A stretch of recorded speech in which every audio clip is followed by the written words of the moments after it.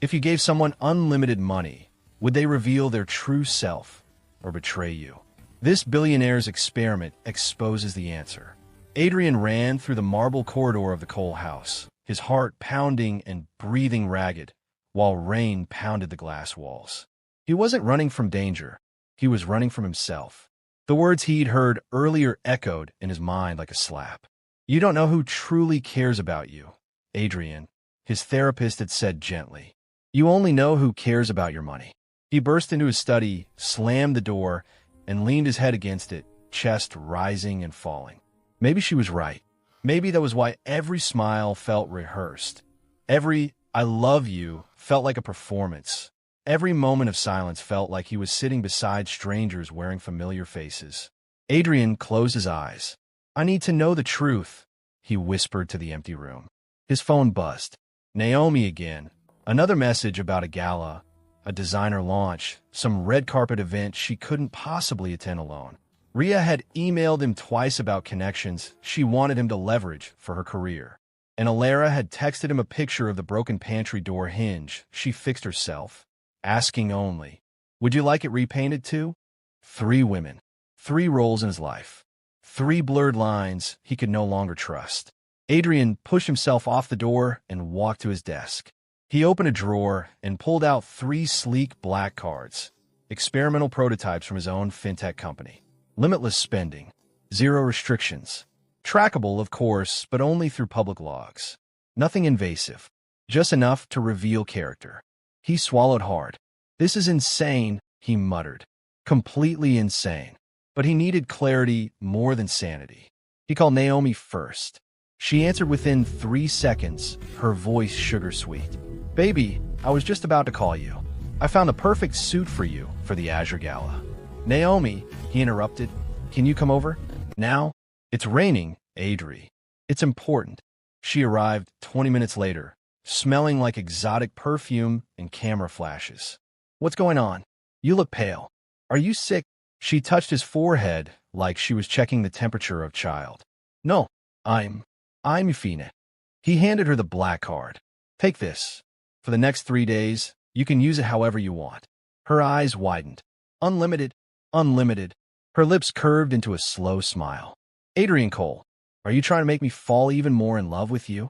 She stood on her toes and kissed him, her lip gloss sticky and sharp with artificial strawberry. His chest tightened. "No conditions, Naomi. Just live freely." "Oh, trust me," she laughed. "I will."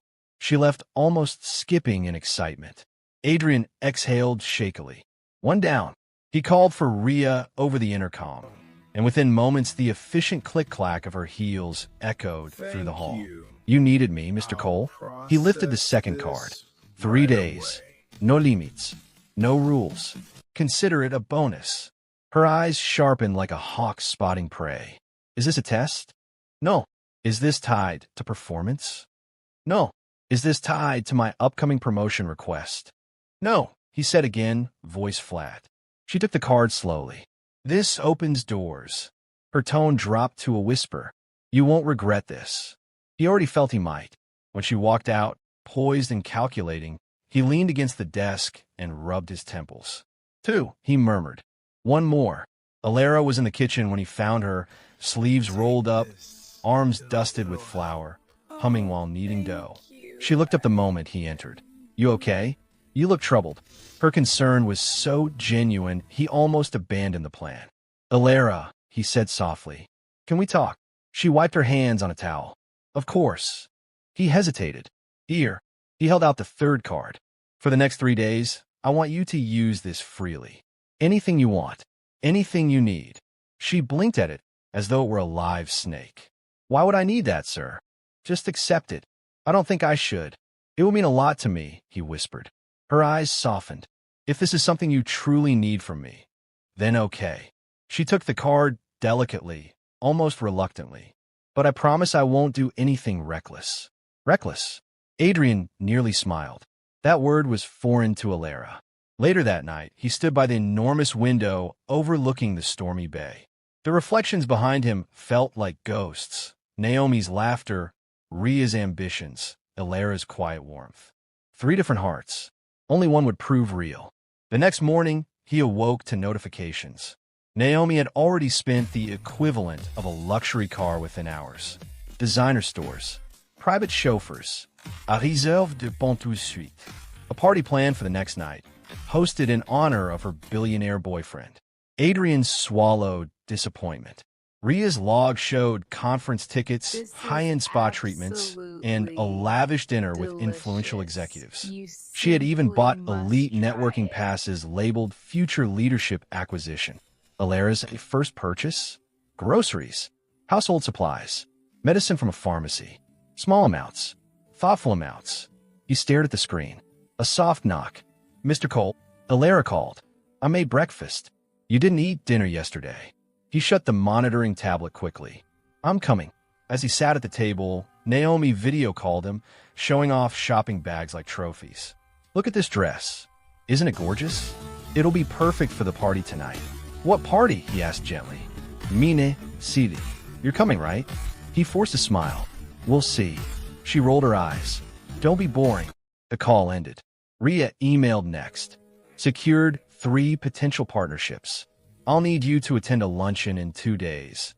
It'll help my positioning. His chest squeezed painfully. Was this all he was, a ladder?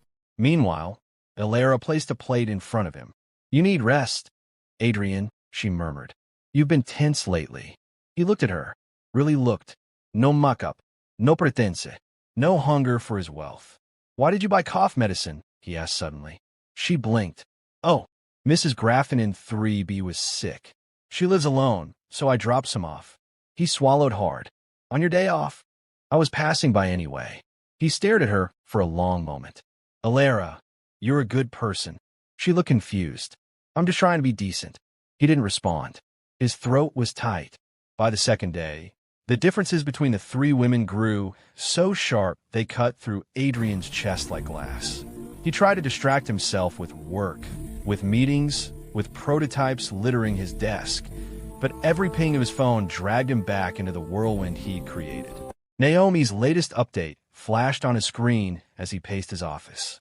Baby, I just booked the Skylux yacht for tomorrow. You have to come. Everyone's expecting you. Adrian closed the message without replying. The party she had thrown the night before had already gone viral. Pictures everywhere, Naomi dazzling under spotlights, bottles popping, hashtags boasting her wealth like she'd earned it. He pressed his palms to his eyes, groaning. What am I doing? As if summoned by his frustration, Ria strode in, impeccably dressed in a new tailored suit, confidence radiating off her like perfume. Mr. Cole, I need a moment. He stiffened. Ria now isn't. This is important, she insisted, stepping closer. I secured a private brunch with 3 venture capitalists who can influence the leadership board. I told them you would attend. His jaw clenched. Ria, I never agreed to that. She offered a poised smile. Adrian, you want me to rise in this company, don't you? He stared at her, anger threading into his voice. Is that what you think I want? I think you want someone who can stand beside you, she said, tone smooth and calculating. Not behind you. He was silent. Ria glanced at her watch, then gave him a knowing smirk. If you change your mind, you know where to find me. She left with her heels clicking like punctuation marks of ambition. The room felt colder when she was gone. A softer knock came a minute later. Alera peeked in, holding a small container. I made soup. Thought you might need something warm. He felt something inside him unravel. Thank you. Please come in. She walked over slowly. You look exhausted, Adrian. He took the container. It's been a strange few days. Is it work? Something like that. She hesitated. If you ever want to talk, you know I won't judge you. His fingers tightened around the warm container. Alera, can I ask you something? Of course. You bought school supplies today. What? She shrugged gently. The community center near my apartment needed materials. The kids were sharing broken pencils, so I thought I'd help a little. Adrian sat down heavily. You could have bought anything for yourself. Well, she laughed softly. I did buy something. His heart lifted. Oh, a broom, she said, smiling shyly. Ours was broken. He laughed for the first time in days, the sound surprising both of them. She tilted her head, watching him carefully. You really needed that laugh, didn't you? I guess I did. Her phone buzzed, and she excused herself. I'll let you eat. But as she walked away, Adrian couldn't tear his eyes off her. He ate the soup slowly, savoring its warmth. And for a moment, he forgot he was testing anyone at all. The illusion shattered when Naomi called again, this time in tears. Adrian, the boutique refused to sell me the diamond set I wanted because I didn't have an appointment. Can you imagine? I told them who I was, I told them who you are, and they still. Naomi, he cut in, why do you need that jewelry? Because I deserve it, she snapped. Don't you think I deserve nice things? You already have nice things. Not enough, she hissed, her voice edged with something ugly. Don't start with me, Adrian. You gave me the card, so let me use it the way I want. He ended the call before he said something he'd regret. Ria's text buzzed seconds later, confirming your attendance at tomorrow's luncheon. Doors at 1 p.m. He deleted it without replying. The storm inside him was louder than the storm outside. That evening, he caught Alara leaving through the back door, her hood up against the wind. Heading home, yes. She smiled. I used the card for one more thing. His brow furrowed. What was it? She hesitated, cheeks warming. My neighbor's daughter needed new shoes for school. Hers were tearing at the sides. I hope you don't mind. His heart twisted painfully. Alara, you don't need my permission to be kind. She lowered her gaze, suddenly emotional.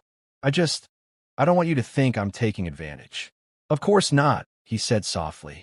I wish more people in my life thought like you. She looked up at him, searching his face. Adrian, are you okay?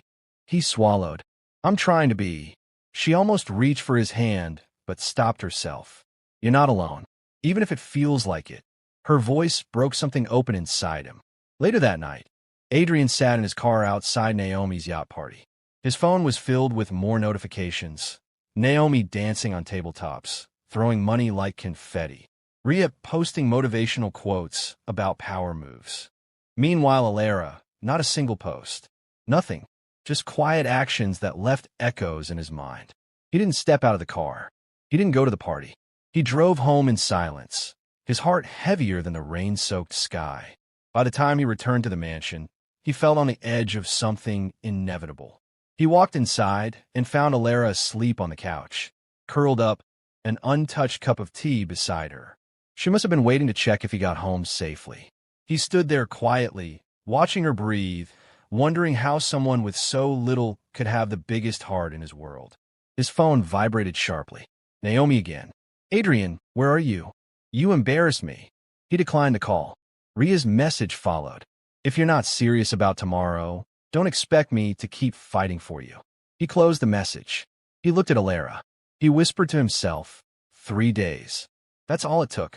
He sank into the armchair across from her and watched her sleeping face. Quiet, simple, genuine. She stirred and opened one eye lazily. You're staring at me again, she said softly. Adrian chuckled, running a hand through his hair. I can't help it. You're different from the rest. Alara stretched, yawning. Different how? Different, he repeated, struggling to articulate the words. You care about others without needing credit. You're honest. She smiled faintly. That's just how I was raised. I know, he said quietly, and it's killing me that it's taken me this long to notice. Her expression softened. Notice what? I gave 3 people unlimited freedom with money. 2 of them used it for vanity and advancement. Enyu's voice caught. You didn't even buy something for yourself. Alara looked down, a little embarrassed. I tried to help where I could. I didn't think it mattered. It matters more than you know, Adrian said. He leaned forward, gripping the edge of the chair. I don't want anyone around me for the wrong reasons. I thought maybe I could see who truly cared about me. And you've been the only one who did. She looked up at him, her eyes wide. Adrian, I don't know what to say. Don't say anything, he replied softly. I just want you to know I see you. And I'm sorry it took this ridiculous test to realize it. Alara's lips curved in a small, genuine smile. I don't need apologies, but thank you for noticing. The phone buzzed again. Naomi posting a photo of herself in a designer gown on the yacht. Adrian ignored it, but his chest tightened. Then Ria sent another message, more strategic than ever. I've already confirmed follow-ups with the board. Tomorrow could be huge. You'll attend, won't you? He He shut the device firmly. "Tomorrow," he muttered. "Tomorrow I settle this." By evening, he prepared the dining room for the confrontation dinner. Candles flickered, casting soft light across the polished table. 3 chairs were perfectly spaced, and 3 empty glasses waited. Adrian ran a hand along the smooth wood, taking a deep breath. The first arrival was Naomi, radiant and confident, expecting applause and admiration. Rhea entered next, composed as ever, but her eyes betrayed curiosity and a hint of concern. She glanced around the room, then sat without a word. "I suppose this is about the cards," she said. Adrian nodded. "Exactly. 3 days. Naomi, Rhea, Elara, your spending and behavior were under observation." Naomi's lips pressed together. "Observation? Like a test?" "A test," Adrian admitted, "but not to embarrass. I needed to see who values me for who I am, not my fortune." Rhea's expression tightened, calculating. "And what did you find?" "Naomi," Adrian said, voice steady. "Your choices showed desire for spectacle, admiration, and personal pleasure. Nothing wrong with enjoying life, but your priority was vanity and attention, not connection." Naomi's face flushed. I didn't realize it would look like that." Adrian continued. "Rhea, you spent for advancement.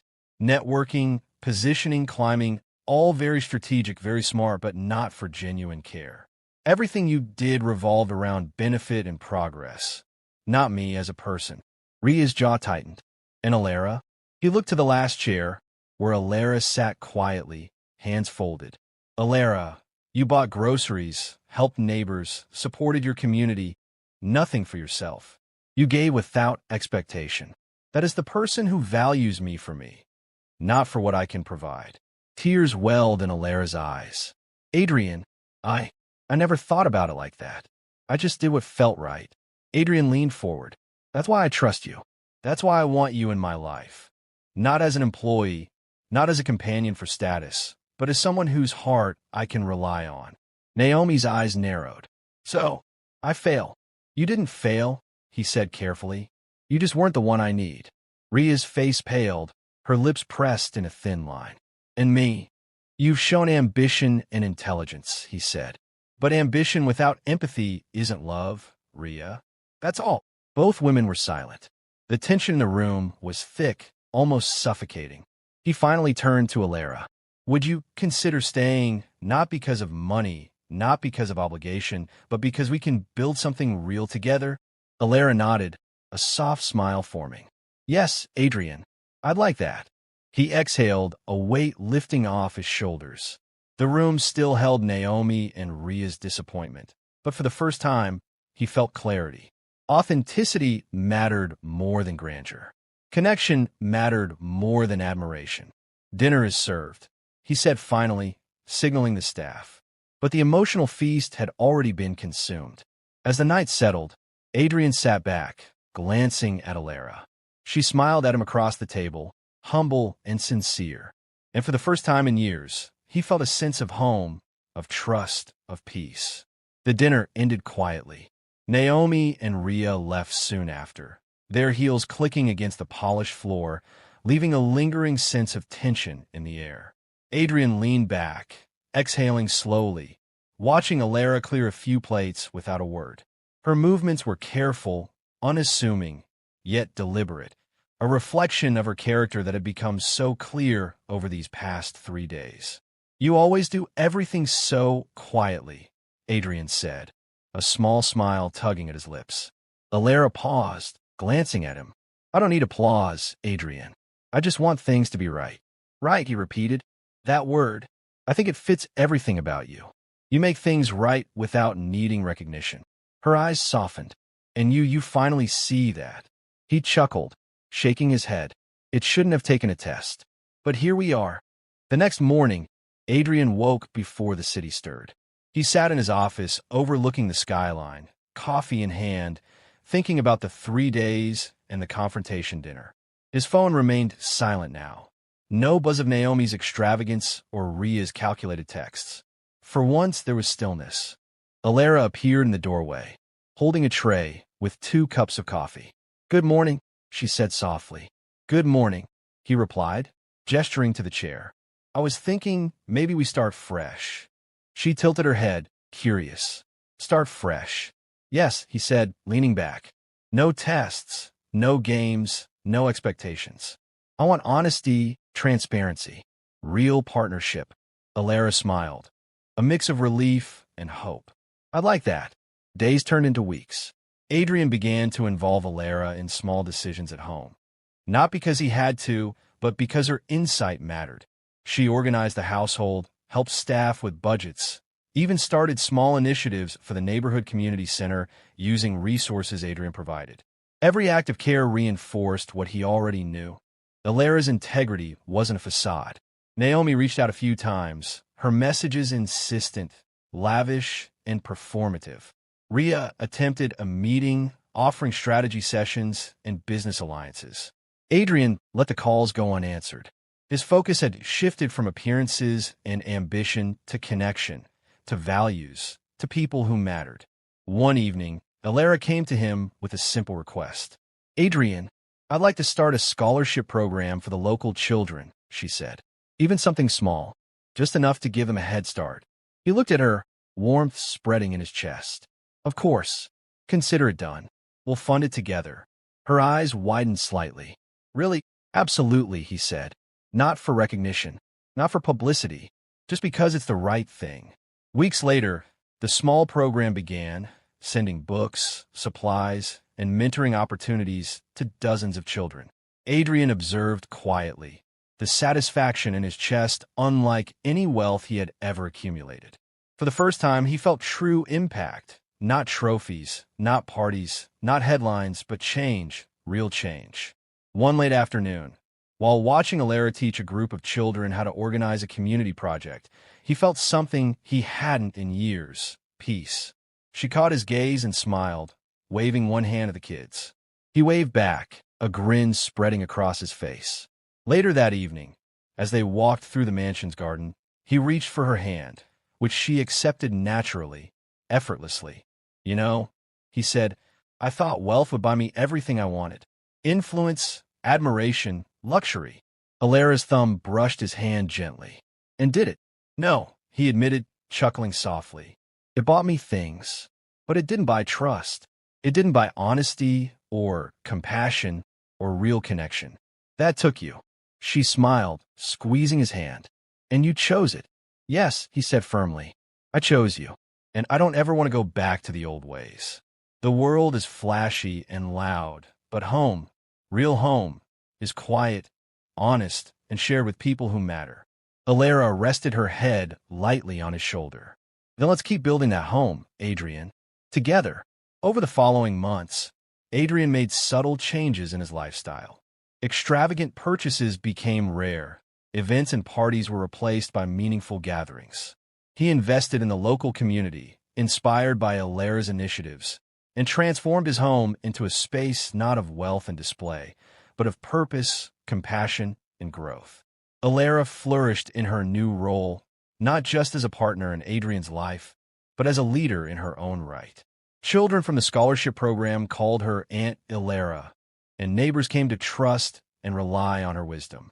The bond between Adrian and Alara strengthened with every shared challenge, every success, every moment of genuine, unguarded connection.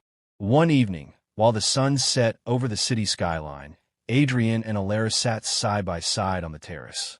He sipped his coffee and looked at her, his heart full. "You changed everything," he said softly. "I didn't change you," she replied. "You just finally saw what mattered." He chuckled, shaking his head. "Maybe, or maybe we changed together." The breeze carried the soft scent of blooming flowers, and Adrian felt a calm he hadn't known in decades. Wealth, influence, and power had once defined him, but now the measure of life was different. It was measured in trust, compassion, love, and the quiet strength of someone who chooses to do good simply because it's right. Alara leaned her head against his shoulder.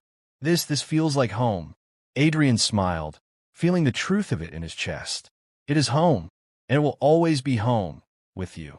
He paused, looking out over the terrace, then turned back to her.